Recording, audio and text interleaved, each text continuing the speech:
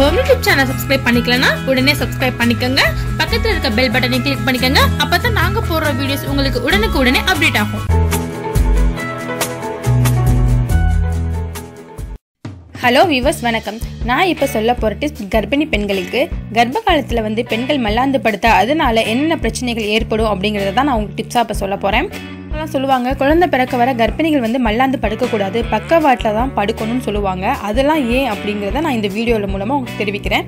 கர்ப்ப காலத்தில் பெண்கள் கடைப்பிடிக்க வேண்டிய விஷயங்கள் நிறையவே இருக்குது. அதில் முக்கியமான ஒன்று தான் அந்த பார்த்தபடி தூங்கக்கூடாதுன்னு சொல்கிற விஷயம் தான் அதில் மெயினான ஒன்று. பக்கவாட்டில் தான் நம்ம தூங்கணும், மல்லாந்து படுக்கக்கூடாது அப்படின்னு சயின்டிஃபிக் நமக்கு என்ன சொல்லுது அப்படிங்கிறத நம்ம பார்க்கலாம். ஃபஸ்ட்டு 3 மாதத்தில் எந்த பிரச்சனையுமே கிடையாது. ஆனால் 4ஆம் மாதம் இருக்குது பார்த்தீங்களா, அந்த 4ஆம் மாதத்தில் இருந்து தாய்க்கும் சேக்கும் தொப்புள் கொடி வலிமை பெற்று இருக்குங்க. மல்லாந்து படுத்ததுனால கருப்பையில் இருக்கும் நீர் மிதந்து கொண்டு இருக்கும். தொப்புள் கொடி கருவின் மீது சுற்றிக்கொள்ள வாய்ப்பு இருக்குது. கருப்பையில் இருக்க நீர் மிதந்து கொண்டு இருக்கிறதுனால தொப்புள் கொடி கண்டிப்பாக கருவின் மீது சுற்றிக்கொள்ள வாய்ப்பு இருக்குது. அதுக்காக தான் மெயினாக மல்லாந்து படுக்க வேணும்னு சொல்லுவாங்க. 4 மாதங்களுக்கு பிறகு குழந்தையோட எடை கூட செய்யும்.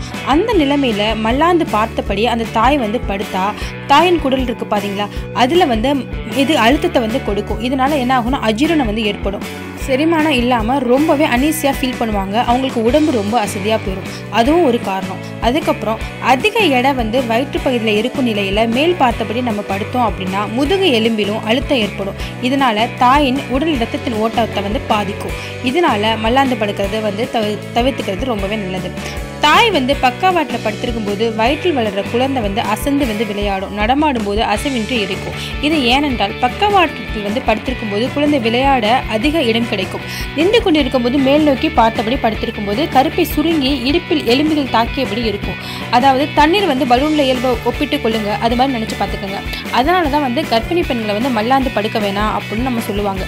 மல்லாந்து படுக்காமல் கர்ப்பிணி பெண்கள் பக்கவாட்டில் படுத்து உறங்குவது தாய்க்கும் நல்லது, சேய்க்கும் நல்லது.